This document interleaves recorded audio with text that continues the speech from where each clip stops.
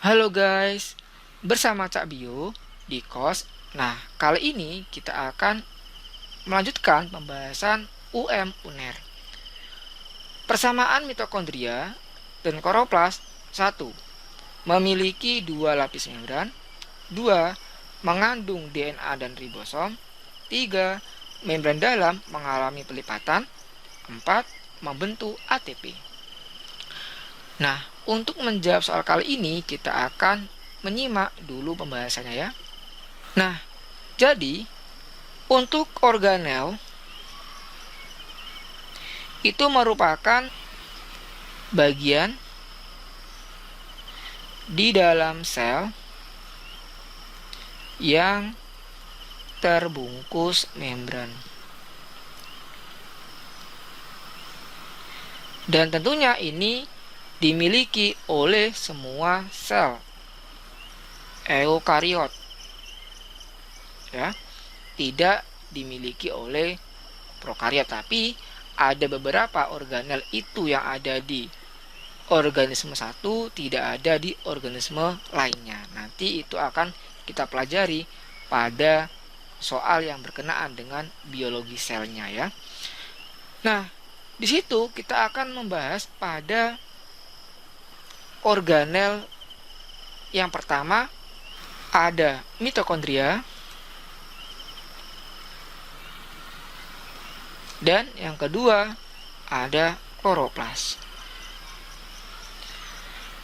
Untuk kedua organel ini merupakan kelompok organel membran ganda karena dia diselubungi oleh dua atau lebih membran ya. Dan kalau kita lihat keduanya ini juga tergolong organel semi otonom yang memiliki kemampuan untuk membentuk sebagian dari proteinnya sendiri. Kenapa demikian? Karena di sini dia punya ribosom dan punya DNA sendiri yang terbebas dari nukleus tentunya. Nah, kenapa mitokondria dan kloroplas dia memiliki ribosom dan DNA? Nah, hal ini itu ada hubungannya dengan peristiwa hipotesis endosimbiotik sel prokariotik. Nah, bagaimana mekanismenya? Kita akan lihat pada gambar berikut ini. Nah, ini adalah mekanisme dalam proses endosimbiotik sel prokariotik, di mana di situ ada sel prokariot besar heterotrof, dia akan menelan ya sel prokariot kecil heterotrof juga. Nah, yang namanya sel prokariot tentunya dia punya DNA dan punya ribosom dong. Nah, ketika nanti ini terjadi proses fagositosis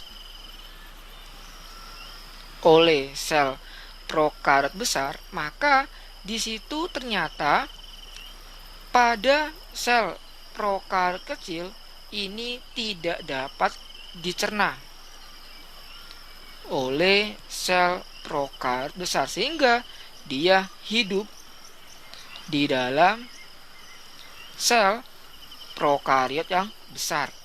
Nah, karena dia ini hidup di dalam sel prokariot besar, maka di situ untuk yang kecil akan memperoleh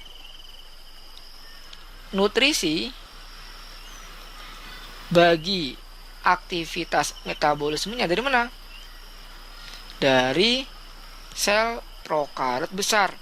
Dan nantinya hasil dari aktivitas metabolisme selnya sebagian akan digunakan sendiri dan sebagian lagi akan diberikan pada sel prokariot besar ya.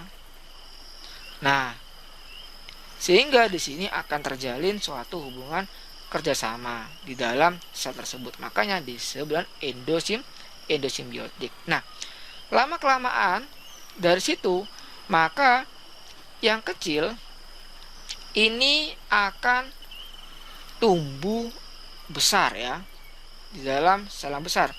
Karena saking besarnya maka pertumbuhan dari sel yang kecil ini akan meleku-leku. Nah, karena sempit kan, nah dia akan meleku-leku untuk memperluas daripada permukaan sel untuk yang kecil. Hal ini akan mengawali terbentuknya organel sel mitokondria.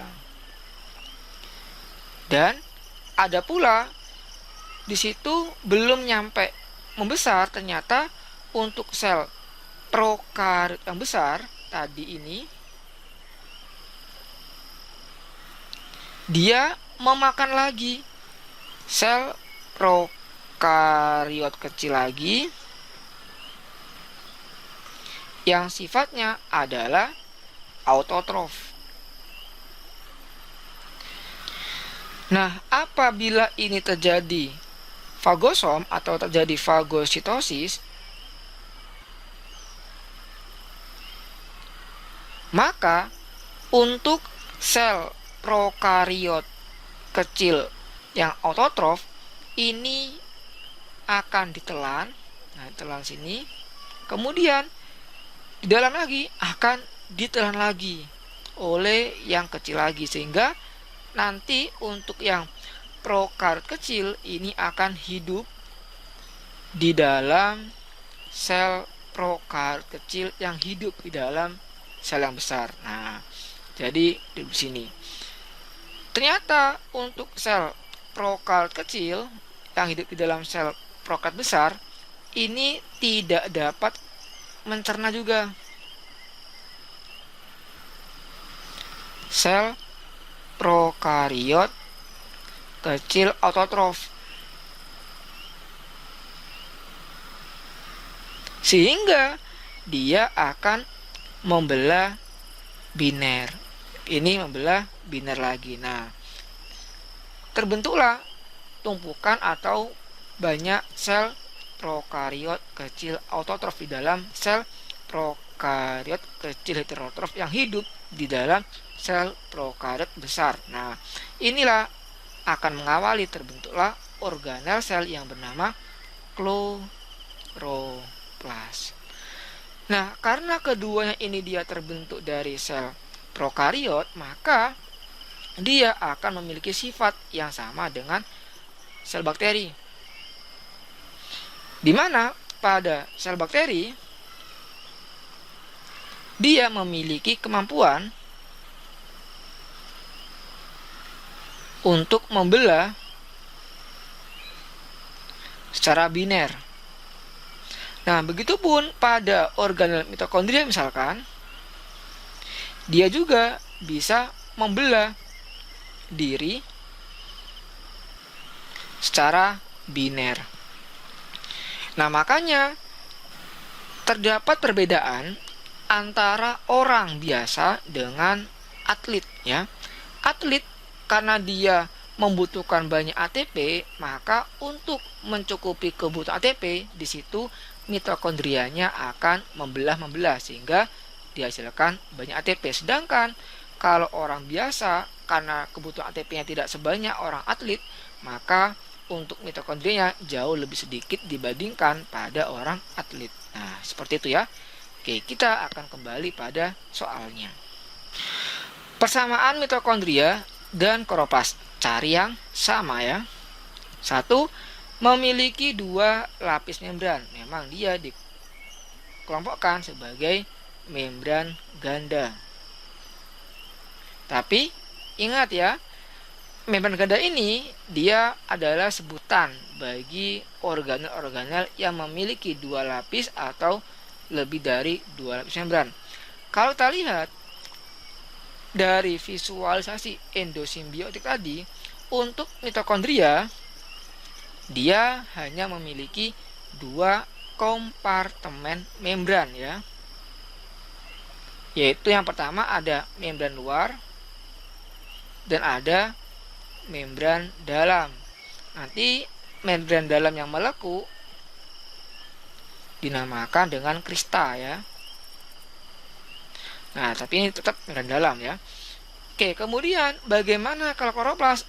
Kalau kloroplas di situ ada 1, 2, 3. Nah, dia ada 3 kompartemen ya. Yang pertama ada membran luar, kemudian membran dalam, dan ada membran tilakoid.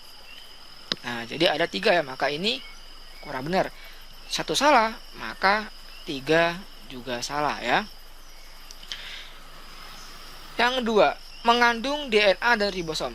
Karena keduanya terbentuk dari endosimbiotik sel prokariotik, maka dia punya ya, makanya dia digolongkan sebagai organel semi otonom. Maka ini benar. 2 benar, maka 4 benar. Membentuk ATP memang ya. Untuk pada proses mitokondria di bagian krista itu akan terjadi fosforilasi oksidatif yang akan menghasilkan ATP. Begitupun pada bagian membran tilakoid pada kloroplas.